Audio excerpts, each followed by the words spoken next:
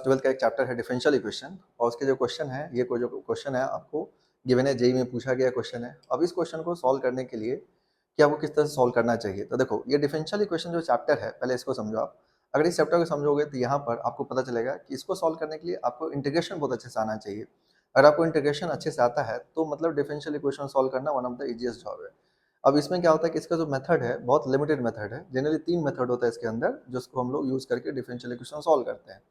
लेकिन जो तीनों मेथड है वो काफ़ी ईजी है, उसको समझने के लिए आपको बहुत ज़्यादा दिमाग लगाने की ज़रूरत नहीं पड़ेगा, बहुत आसानी से समझ जाओगे। जैसे वेरिएबल सेपरेबल, वेरिएबल रिड्यूसिबल और linear differential equation in the form of D Y by D X plus P Y equals to Q. तो अब यहाँ पर हम लोग जब इस क्वेश्चन सॉल्व कर रहे हैं या किसी भी क्वेश्चन सॉल्व कर रहे हैं तो आपको दो चीज़ ध्यान रखना है कि किस मेथड को हमें लगाना चाहिए, ये देखना पड़ेगा। और दूसरी बात आपको इंटीग्रेशन अच्छे से आना चाहिए। जैसे अब मान लो इस क्वेश्चन सॉल्व करोगे तो इस क्वेश्चन सॉल्व करके आपको ये देखना है कि क्या वेरिएबल सेपरेबल लगेगा कि नहीं लगेगा, क्या वेरिएबल रिड्यूसिबल लगेगा या फिर लीनियर डिफरेंशियल इक्वेशन फॉर्म में सॉल्व होगा। तो यहाँ पर आप देखोगे तो आपको देखना चाहिए हर एक टर्म्स को, क्योंकि सेपरेट तो हो नहीं सकता, मतलब वेरिएबल सेपरेबल नहीं लगेगा। लेकिन जब आप इसको देखते हो तो यहाँ पर क्या होता है एक्स स्क्वायर वाई स्क्वायर ये जो टर्म्स है इसको देख करके आपको लगेगा कि ये इक्वेशन होमोजेनस इक्वेशन है। क्यों? क्योंकि यहाँ पर देखिए आपको जब भी वेरिएबल रिड्यूसिबल मेथड लगाना होगा तो इक्वेशन शुड बी होमोजेनस। अगर होमोजेनस इक्वेशन नहीं है तो आप वेरिएबल रिड्यूसिबल मेथड नहीं लगा सकते। तो यहाँ पर ये इक्वेशन होमोजेनस है क्योंकि यहाँ पर देखो इसके पावर कितना है 2, यहाँ पर कितना है 2। तो ये इक्वेशन ये जो फॉर्म है टर्म्स है ये क्या होमोजेनस है। यहाँ पर एक्स वाई के पावर कितना है 2, तो आप यहाँ पर बड़ा आसानी से होमोजेनस इक्वेशन है और आप इसको सॉल्व कर सकते हो। होमोजेनस को और बेटर समझने के लिए आप क्या कर सकते हो, जैसे देखो मान लो D Y by D X is equals to आपको लिखा हुआ है सपोज यहाँ पर X cube plus Y cube है ना, डिवाइडेड बाई लिख दिया यहाँ पर सपोज एक्स स्क्वायर इंटू यहाँ पर लिख दिया सपोज वाई। ठीक है, एक्स स्क्वायर वाई लिखा हुआ है। तो ये इक्वेशन भी क्या होमोजेनस है क्योंकि यहाँ पर देखिए एक्स क्यूब और ये वाई क्यूब। अब यहाँ पर देखो एक्स स्क्वायर और ये कितना आपका वाई है। तो अब इसमें क्या है कि देखो पावर कितना आपका 3 है, तो ये क्या हो गया होमोजेनस हो गया। अब यहाँ पर भी पावर कितना है 3 है, जैसे टोटल पावर देखना होता है टर्म्स का, ये नहीं कि पावर एक्स स्क्वायर वाई का ऐड नहीं हो सकता, हम लोग पावर ऐड नहीं कर रहे हैं, हमें टोटल पावर देखना है बस। तो 2 और प्लस 1 3। अब यहाँ पर इसको आप यूज कर, अगर ऐसा टर्म्स आपको दे रखा है तो इसका मतलब ये क्वेश्चन क्या होमोजेनस इक्वेशन है और आप इसको यूज करके क्वेश्चन को सॉल्व कर सकते हैं। तो देखिए अब इस क्वेश्चन को आप जो सॉल्व करोगे यहाँ पर X square plus Y square D X minus of 5xy dy दे रखा है। तो इसको आप थोड़ा सॉल्व करते हो, देखो किस तरह सॉल्व करना चाहिए आपको। तो बहुत आसान है क्वेश्चन, इसको सॉल्व करने के लिए आप लिख सकते हो X square plus Y square into D X is equals to कितना हो जाएगा 5xy इंटू डी वाई, ये हो जाएगा। ठीक है, अब इसको आप फर्दर सॉल्व कर लो, ये मिलेगा आपको X square plus Y square by 5xy बराबर D Y by D X. ठीक है, तो देखिए यहाँ पर ये इक्वेशन कैसा है होमोजेनस इक्वेशन है क्योंकि पावर टू यहाँ पर भी क्या है पावर 2 है। तो आप अगर ऐसा है तो आप क्या कर सकते हो, यहाँ पर लगा सकते हो वेरिएबल रिड्यूसिबल मेथड।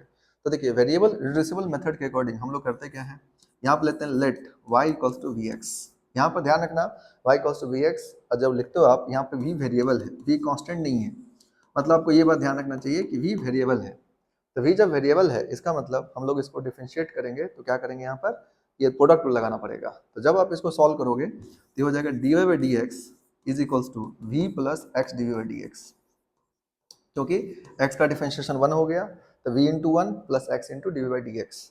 अब आपको करना क्या है, रिप्लेस करना है यहाँ पर बेसिकली। तो देखिए D Y by D X की जगह पर रख दो तो क्या मिलेगा आपको v plus X D Y by D X is equals to, यहाँ पर देखो X square plus Y square 5xy है तो इसको लिख सकते हो X square plus of Y की जगह वी एक्स रखो तो मिलेगा V square X square by 5 into X into V X. ठीक है, ये आ जाएगा। अब इसको फर्दर सॉल्व कर दो, तो देखो जब आप फर्दर सॉल्व करोगे यहाँ पर तो होगा क्या, यहाँ पर लिख सकते हो आप v plus of X D by D X is equals to, इसको लिख सकते हो एक्स स्क्वायर कॉमन ले लो तो ये मिलेगा 1 प्लस वी स्क्वायर बाई, यहाँ पर मिलेगा आपको 5x स्क्वायर भी है तो एक्स स्क्वायर कॉमन ले लो, यानी यहाँ पर हो जाएगा एक्स स्क्वायर इंटू 5v। तो देखो एक्स स्क्वायर से एक्स स्क्वायर क्या हो जाएगा कैंसिल आउट, तो यहाँ पर आपको मिलेगा X D by D X is equals to 1 plus V square by 5v minus v। ठीक है, इस v को इस साइड लेके चले आओ ना, इसको फर्दर सॉल्व कर दो, ये मिलेगा 1 plus V square minus of 5v square by 5v। ये कितना हो जाएगा 1 minus of 4v square by 5v। तो ये आ गया आपका। अब आप तो देखो जैसे ये यहाँ पर आ गया X D Y D X equals to 1 minus 4v square by 5v। अब इसको हम लोग फर्दर सॉल्व करना पड़ेगा। तो यहाँ पर इसको हम लोग फर्दर सॉल्व करते हैं। तो देखो यहाँ पर क्या हो जाएगा, ये आ गया आपका x D by D X is equals to 1 minus 4v² by 5। ठीक है, तो देखिए अब यहाँ पर क्या लगाएंगे हम लोग, वेरिएबल सेपरेबल। तो वेरिएबल सेपरेबल लगा दो, तो यहाँ पर क्या हो जाएगा, ये हो जाएगा 5v/1 minus 4v² into D V is equals to क्या हो जाएगा, dx/x। ठीक है, अब इसके बाद क्या कर सकते हो आप, इंटीग्रेट कर सकते हो। तो देखो बहुत सिंपल है। अब 1 माइनस 4v² है, देखो इसको डिफ्रेंशिएट करो। अगर इसको डिफ्रेंशिएट करोगे तो 1 का 0 माइनस ऑफ 4v², यानी इसको आप t मान सकते हो। तो जैसे आप 1 माइनस 4v² को सपोज t ले लो, ठीक है, तो t लोगे तो क्या हो जाएगा 0 माइनस ऑफ, ये हो जाएगा 4 इंटू 2v, ठीक है, into D V is equals to क्या मिलेगा आपको, dt। तो मतलब यहाँ पर आप देख सकते हो minus of 8v into D V is equals to कितना हो जाएगा आपका dt। तो v डी वी की जगह क्या आ जाएगा आपका, माइनस ऑफ dt/8। ठीक है, ये आ जाएगा। अब इसके बाद क्या कर सकते हो, इसको सब्स्टिट्यूट कर दो। जब इसको सब्स्टिट्यूट करोगे तो ये मिलेगा आपको यहाँ से 5 जो है माइनस ऑफ 5/8, ये हो जाएगा वी डी वी की जगह D T divided by T. ठीक है, इज इक्वल्स टू ये होगा आपका integration of D x by x, है ना। अब इसको सॉल्व कर दो। तो देखो माइनस ऑफ 5/8 ये हो गया आपका minus of 5/8 into D T by T का वैल्यू कितना हो जाएगा, लॉग मॉड टी, और ये आ जाएगा आपका dx/x का log x, तो यहाँ पर log x। अब यहाँ पर देखो ध्यान दो, अगर कोई कांस्टेंट रहे तो जो c लेंगे आप लोग, तो यहाँ पर देखना है कि अगर सभी टर्म्स log में है तो जो कांस्टेंट लेंगे उसको भी log में ले लेंगे। मतलब यहाँ पर ये हो जाएगा आपका log of mod x plus of log c। ठीक है, इस तरह से एज्यूम कर लेना। अगर सारे टर्म्स log में है तो आपको कांस्टेंट जो लेते हो आर्बिट्री कांस्टेंट, वहाँ पर उसको भी हम लोग को log c ले लेंगे। अब इसको फर्दर सॉल्व कर लेते हैं। तो ये हो जाएगा minus of 5 into log of mod T is equals to क्या मिलेगा आपको, ये हो जाएगा 8 into log of mod X. ठीक है, और ये मिलेगा 8 लॉग सी, 8 लॉग सी आ जाएगा। अब इसको फर्दर सॉल्व कर सकते हो। तो टी के वैल्यू कितना है, 1 माइनस 4v²। तो टी की जगह 1 माइनस 4v² पुट कर दो, तो माइनस 5 इंटू ये हो जाएगा आपका 1 minus 4v², 1 minus 4v² is equals to 8 log X plus of, इसको लिख सकते हो आप log k, क्योंकि ये कांस्टेंट है तो 8 log c को आप क्या लिख सकते हो, log k लिख सकते हो ना। अगर हम लोग फर्दर सॉल्व करें तो देखिए v की जगह क्या पुट करेंगे आप, y/x। जब आप y/x पुट करोगे तो हो जाएगा minus 5 into 1 minus 4 into y²। यहाँ पर एक और चीज़ ध्यान रखना, ये log में है, तो माइनस 5 इंटू लॉग ऑफ इतना। ठीक है, और देखिए यहाँ पर क्या कर सकते हो आप, v की जगह y/x पुट कर दो, तो minus 5 into log of mod of 1 minus, ये मॉड होगा 1 minus 4 into y²/x² is equals to 8 log x plus of क्या हो जाएगा आपका log k। अब यहाँ पर देखिए आपको क्या दे रखा था, गिवन कंडीशन क्या था। तो देखिए कंडीशन ये था कि y of 1 is equals to 0 है। y ऑफ 1 का वैल्यू 0 का मतलब क्या होता है समझिए, y ऑफ 1 0 का मतलब होता है कि at x equals to 1 y की वैल्यू कितना है, 0 है। मतलब हम लोग इस वैल्यू को पुट करेंगे। तो देखो यहाँ पर जब पुट करोगे आप तो आपको गिवन क्या है, y of 1 is equals to 0, तो इसका मतलब होता है कि y की वैल्यू 0 है और x की वैल्यू 1 है। मैं इस वैल्यू को पुट कर दो, तो जब आप पुट करोगे तो बेसिकली क्या मिलेगा आपको, minus 5 log of mod 1 minus y की जगह 0 पुट कर दो, 0/1 is equals to 8 log 1 plus c plus log k। तो देखिए यहाँ पर क्या वैल्यू मिल गया आपको, log 1 की वैल्यू क्या होता है 0, 8 log 1 की वैल्यू क्या होता है 0 प्लस log k। तो log k की वैल्यू कितना आ जाएगा आपका 0, मतलब log k का वैल्यू कितना आ गया 0। ये log k का वैल्यू 0 आ गया। अब यहाँ पर आप क्या कर सकते हो कि यहाँ पर जो log k का वैल्यू 0 है उसको पुट कर दो। तो फाइनली आपका इक्वेशन जो बनेगा वो क्या बन जाएगा, minus 5 into log of 1 minus 4y² equals to 8 log x। तो देखिए ये आ जाएगा आपका minus 5 into log of mod 1 minus y²/x² is equals to 8 log x, और log k का वैल्यू तो 0 ही हो गया। अब इसको आप फर्दर सॉल्व कर सकते हो ऑप्शन के अकॉर्डिंग। तो देखिए अब आपको थोड़ा ऑप्शन को देखना पड़ेगा।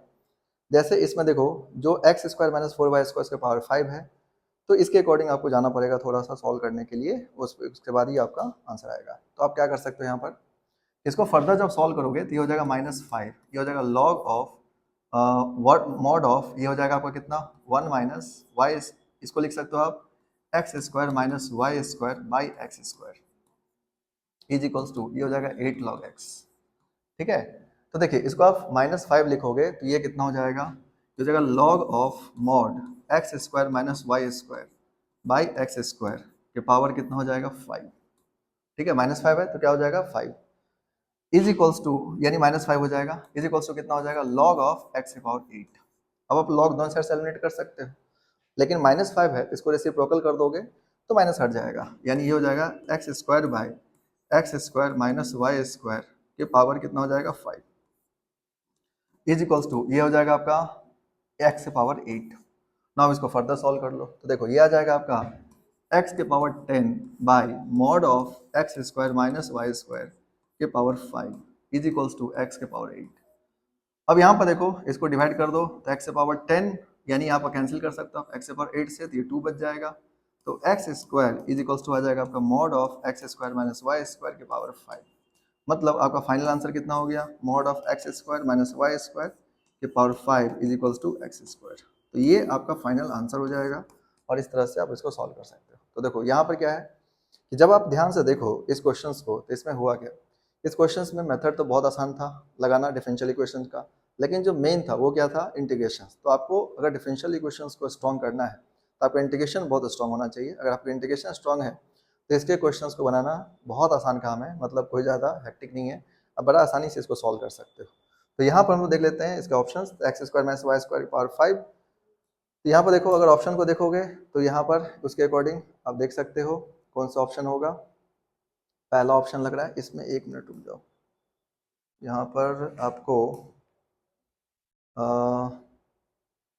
इससे पहले था 1 माइनस ऑफ, अच्छा 4y square by X square है, तो इसका मतलब यहाँ पर हमारा 4 छूट गया है। तो देखिए आप यहाँ पर 4 लिखेंगे, 4 ये हर जगह 4 हो जाएगा, 4y स्क्वायर 4 हो जाएगा, तो आपको ये मिलेगा 4y स्क्वायर, मतलब ये 4, ये आ जाएगा 4y स्क्वायर, तो X square minus 4y square power 5, यानी इसका ऑप्शन ए आंसर होना चाहिए। तो ए ऑप्शन क्या हो जाएगा, इसके करेक्ट आंसर हो जाएंगे। तो ये क्वेश्चंस जो है आप इस तरह से ध्यान रख सकते हो, बहुत आसान है और इसमें कुछ खास नहीं है, बस आपको डिफरेंशियल इक्वेशंस के लिए आप इंटीग्रेशन पर ध्यान दो, जब आपका इंटीग्रेशन स्ट्रॉन्ग है तो आप इसको सॉल्व कर सकते हो। तो यानी ये क्वेश्चन क्या है, होमोजेनस इक्वेशंस का है और इसके लिए मेथड कौन सा लगेगा, वेरिएबल रिड्यूसिबल मेथड। आप इसको ध्यान रखना और आप इसको बहुत आसानी से सॉल्व कर सकते हो।